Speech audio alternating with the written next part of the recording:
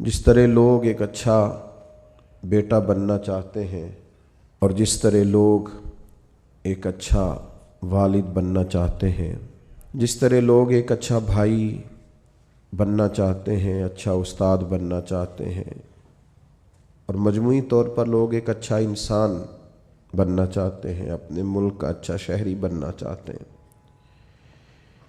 اسی طرح ہر مسلمان کی خواہش ہوتی ہے کہ وہ ایک اچھا مسلمان بھی بنے۔ اپنے تئیں لوگ اس کے لیے جد و جہد بھی کرتے ہیں، کوشش اور کاوش بھی کرتے ہیں۔ کچھ لوگ یہ سمجھتے ہیں کہ میں خدمت خلق کرتا رہوں، اللہ کے بندوں کے کام آتا رہوں تو میں ایک اچھا مسلمان ہوں۔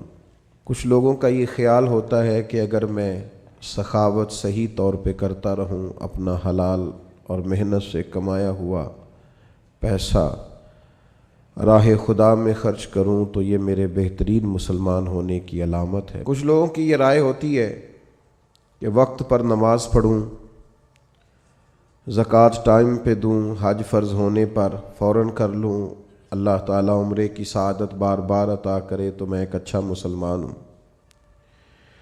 ہم نے لوگوں کو یہ کہتے ہوئے بھی سنا ہے کہ چونکہ میں کسی کو تکلیف نہیں دیتا، میری وجہ سے کوئی پریشان نہیں ہے، میرا لب و لہجہ محتاط ہے، تو میں ایک بہترین مسلمان ہوں۔ تو اپنے اپنے حساب سے لوگ تعین کرتے ہیں کہ میں ایک اچھا مسلمان ہوں۔ کیوں نہ ایسا کریں کہ اللہ کے قرآن سے پوچھیں کہ بہترین مسلمان کون ہے اور سچا مسلمان کون ہے، اور وہ کون سے مومن ہیں جن کو اللہ فرماتا ہے کہ اولئک ھم المؤمنون حقا، یہی لوگ سچے مومن ہیں۔ قرآن مجید کی سورہ انفال اللہ تعالیٰ نے ارشاد فرمایا، انما المؤمنون الذین اذا ذکر اللہ وجلت قلوبہم واذا تلیت علیہم آیاتہ زادتہم ایمانا وعلی ربہم یتوکلون۔ فرمایا وہی لوگ سچے مومن ہیں، وہی اصل میں ایماندار ہیں۔ الذین اذا ذکر اللہ وجلت قلوبہم، جب اللہ تعالیٰ کا ذکر کیا جائے تو ان کے دل ڈر جائیں۔ پہلی ان کی نشانی یہ ہے کہ مالک کے ذکر کے وقت اللہ کی عظمت و جلال کی وجہ سے ان کے دل کانپ اٹھتے، دل لرز جاتے ہیں ان کے۔ وَإِذَا تُلِيَتْ عَلَيْهِمْ آيَاتُهُ زَادَتْهُمْ ایمانا، اور جب ان پر اللہ کی آیتیں پڑھی جاتی ہیں تو ان کا ایمان ترقی پاتا ہے اور مضبوط ہو جاتا ہے۔ وَعَلَىٰ رَبِّهِمْ يَتَوَكَّلُونَ، اور ان کی تیسری نشانی یہ ہے کہ وہ صرف اپنے رب پر ہی بھروسہ کرتے ہیں۔ پکے اور سچے مومنوں کی چوتھی علامت یہ ارشاد فرمائی کہ الذین یقیمون الصلاۃ، وہ لوگ جو نماز کو صحیح ادا کرتے، وَمِمَّا رَزَقْنَاهُمْ يُنْفِقُونَ، اور جو ہم نے انہیں دیا ہے اس میں سے ہماری راہ میں خرچ کرتے۔ پھر دوبارہ سے سمجھیے گا، فرمایا مومن وہ ہیں کہ اللہ کا ذکر کیا جائے تو ان کے دل ڈرتے ہیں،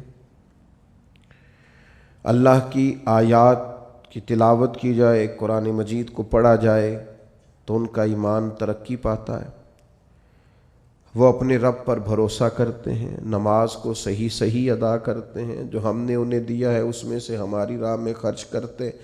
5 علامتیں جن میں پائی جائیں، رب فرماتا ہے اولئک ھم المؤمنون حقا، یہ سچے مومن ہیں، یہ حقیقی مسلمان ہیں۔ اے اللہ، یہ 5 کام ان لوگوں نے کر لیے، ان 5 کاموں پر انہوں نے استقامت اختیار کر لی، یہ 5 اوصاف، یہ 5 خوبیاں ان لوگوں نے اپنے اندر پیدا کر لی۔ تیرا اعلان کرم ہوا کہ یہ سچے مومن ہے تو انہیں ملے گا کیا؟ تو انہیں عطا کیا کرے گا؟ تو رب کریم نے فرمایا 3 انعام دوں گا میں انہیں۔